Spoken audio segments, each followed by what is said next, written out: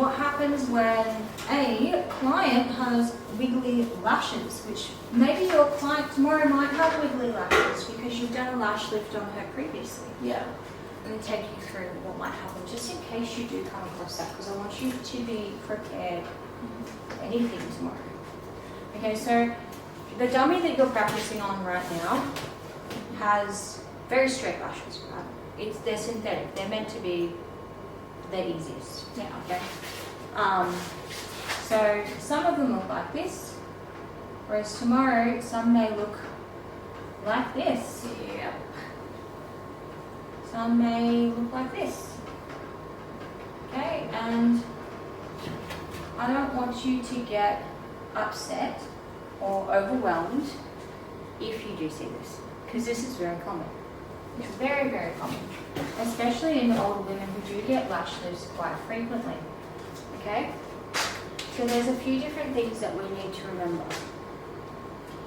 Where we stick the lash, and how we apply the glue in this instance. Okay? So if we have this lash here, what do you think we can do with that? What would you, just with no knowledge, just what do you reckon? Just leave it. Just leave it? No. No. So we don't actually just leave it. We actually have to fix this. Okay. Now, how we fix this is the extension that we're putting on is straight, right? Yeah. It's a little bit curved, but it's going to be a C curl, so it's going to be relatively straight. So what we can do is we can attach it to the side, right here, like that. Okay. And over time, what that's going to do is, if you attach that lash extension right there, okay, we're only going to extend it maybe max like 2 mil for this lash, because it might have some trauma, it might have some damage, it might have something that's going through that it really needs to work through to get back to its original state. Or it could just, next time, it could just fall out, right? Yeah. So we don't want to overextend the lash too much in this instance, okay? Because it's, yeah. Sometimes people with curly hair just have naturally curly lashes as well. It might not just be that there's any trauma, it might just be the fact that it's just someone who has curly lashes, you know? So, what this is going to happen, so in 2 weeks' time when your client comes back, this lash will slowly adjust itself to the extension, kind of like a tomato plant and a stick. Oh, okay. Yeah, right? Yeah. Think of it like that, okay?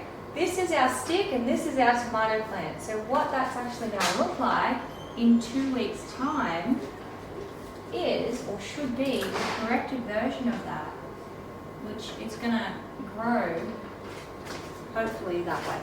Yeah. And if it doesn't, that's fine. It's probably fallen out. Okay. Because it's probably in its resting stage before it fell out anyway. So that's what we can do for those lashes, okay?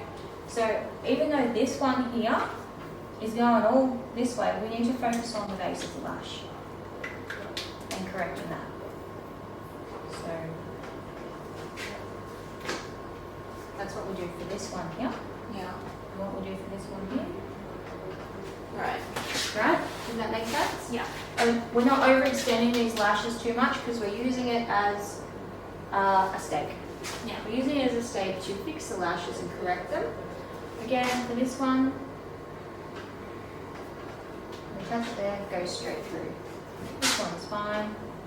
Oh, okay, don't worry, that one's fine. This one's fine, we can extend that one normally.